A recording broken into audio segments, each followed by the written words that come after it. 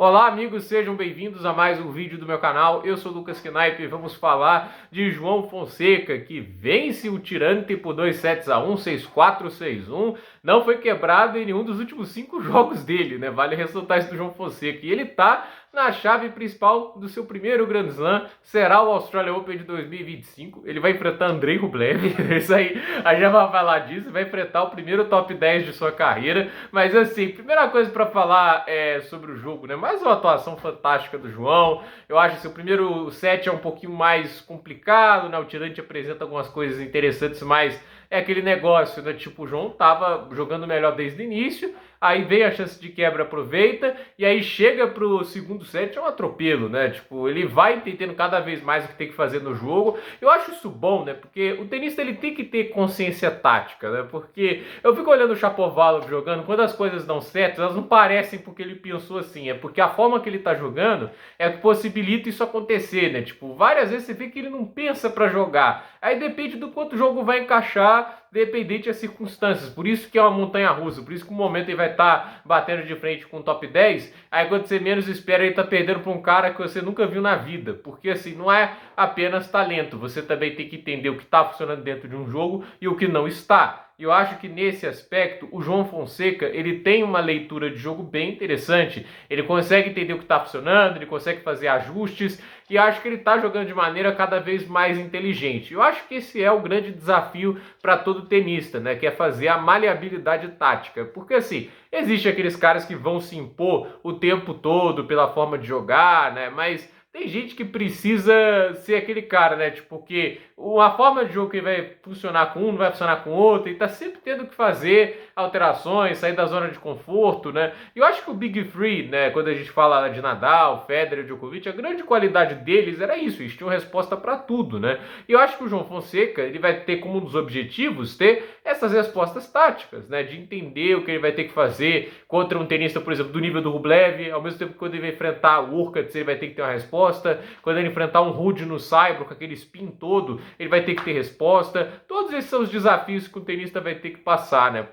Isso, obviamente, querendo competir no mais alto nível. E eu acho que a classificação dele ao Australian Open, para mim, assim, reforça de novo o que eu falo. Ele tá pedindo passagem do nível 100 para baixo, dos challengers, né? Nenhum dos adversários dele ofereceu um desafio realmente grande. Isso não só citando agora do qualificatório, mas também do Challenger 125 de Canberra. Talvez pode ser que no saibro, na grama, ele vai ter uma outra dificuldade, nunca se sabe, mas o nível que ele vem jogando desde o ATP Next Gen é muito alto, mas muito alto mesmo. É nível de gente que joga ali para top 40 para cima. Eu acho que é nesse nível. Então, assim, ele tá jogando nesse nível e eu acho que dependendo do que ele vai fazer nos próximos torneios, né, ele vai conseguir cada vez mais se aproximar desse tipo de ranking. Mas obviamente depende do que ele vai conseguir fazer lá. Eu acho que na Golden Swing a tendência é que ele consiga bons convites, como já teve no ano passado, né? Até porque esses torneios, com o ATP 250 de Doha virando o ATP 500,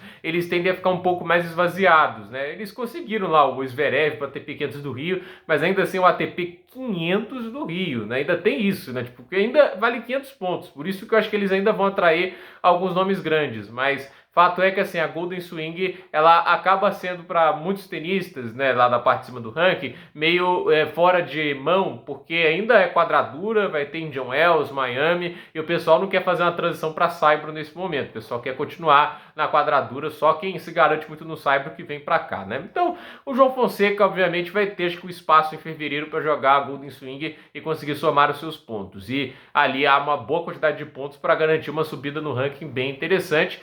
E assim, no Australian Open, a gente tem que ter os pés no chão. Ele tá ganhando de gente, porque assim, vem de grandes vitórias em sequência, mas ele tá ganhando de gente que tá fora do top 100 em sua maioria, quando tá dentro tá ali 90, 80, né? Nenhum desses caras é o Rublev, gente. Eu acho que muita gente vai falar, o Rublev está em uma fase. Ok, o Rublev não está jogando seu melhor tênis, mas ele mesmo não jogando seu melhor tênis, ele ainda é o número 9 do mundo, entende? O tênis ruim do Andrei Rublev permite que ele ainda esteja entre os 10 melhores tenistas do planeta. Isso é uma coisa que a gente tem que entender. O Andrei Rublev, quem viu ele jogando contra o Marojan na derrota dele lá em Hong Kong, você sabe que ele não jogou mal. E aquele tipo de tênis, não importa quem você seja, a maneira que o Rublev joga, quando ele consegue encaixar minimamente, ele incomoda qualquer um. O Rublev, no ano ruim, ele ganhou do Sinner. O Rublev, no ano ruim, ele ganhou do Alcaraz. Vocês estão entendendo o que eu quero dizer? No ano ruim, ele teve 2 finais de Masters 1000. E só precisa de um pouco de encaixe, né? De jogar um pouquinho perto do melhor dele. O cara vira um tenista que incomoda qualquer nome. Porque o Rublev é capaz de dizer, ele é capaz de incomodar qualquer tenista na atualidade. Qualquer um.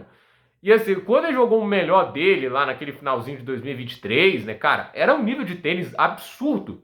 Ele tem muitos recursos no fundo de quadra e mais do que isso, ele gosta do jogo que o João Fonseca oferece. A pancadaria franca no fundo de quadra, ele aguenta. É isso também que a gente tem que olhar, ele aguenta essa pancadaria. O forehand dele é melhor do que o do João, o que é normal, porque a gente está falando de um dos caras que para mim tem um dos melhores forehands do planeta nos últimos anos, que está jogando na elite há muito tempo, e o João está começando agora, entende, né?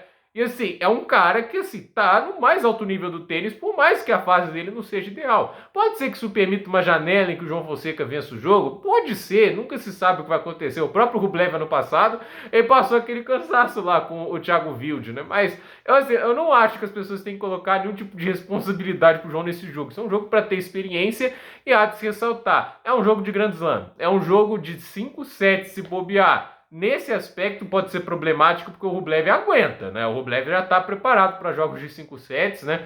E ele é um cara que está preparado para desafios físicos longos. E ele é um cara, assim, por mais que mentalmente ele oscile e tudo isso, ele não sai do jogo, ele continua jogando. Então, é aquele negócio. Vai ser um jogo duro, mas assim, é uma experiência legal. Eu não acho que a experiência é ruim.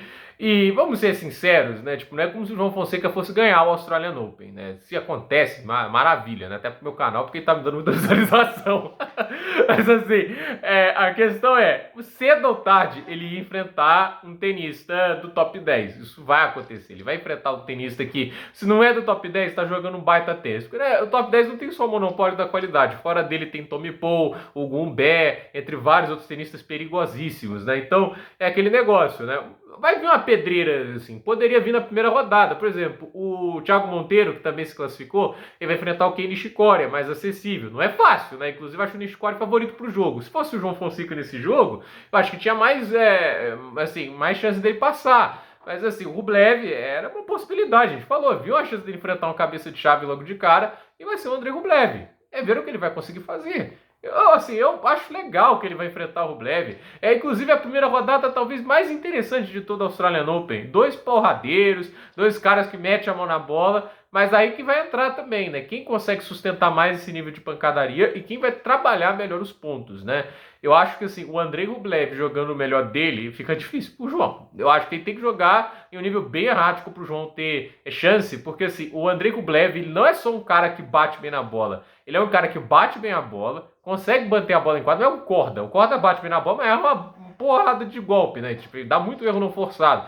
O Rublev é um cara que consegue sustentar esse dentro de quadra em um nível absurdo. Como eu disse, ele sustenta a pancadaria com o Sinner. A gente viu isso acontecer. Os 2 jogos do Rublev com o Sinner ano passado foram jogos de 3 sets duríssimos, com ele vencendo o de Montreal. Então, assim, é esse tipo de cara quando tá jogando melhor, né? E assim, o forehand dele é muito rápido, extremamente efetivo em movimento, direcionando para qualquer lado. O backhand talvez seja o lado do Rublev que você olha com um pouco mais de fragilidade, mas ele é capaz de fazer paralelo ali também. E não é como se não conseguisse fazer nada no backhand. Então, é um jogo que deve ser divertido de se ver. Mas esperem, obviamente, um duelo duríssimo. Talvez pro Rublev é um jogo ruim também de primeira rodada. Não acho que o Rublev ficou feliz com esse chaveamento. Ele queria talvez um oponente mais acessível, porque ele é um cara que também está precisando de confiança. Mas se ele ganha esse jogo logo de cara, eu acho que ele também ganha confiança extra pro resto do torneio, que ele precisa, obviamente, para ir o mais longe que ele puder. Então, vamos ver o que vai acontecer. É essa primeira rodada do Australian Open. Andrei Rublev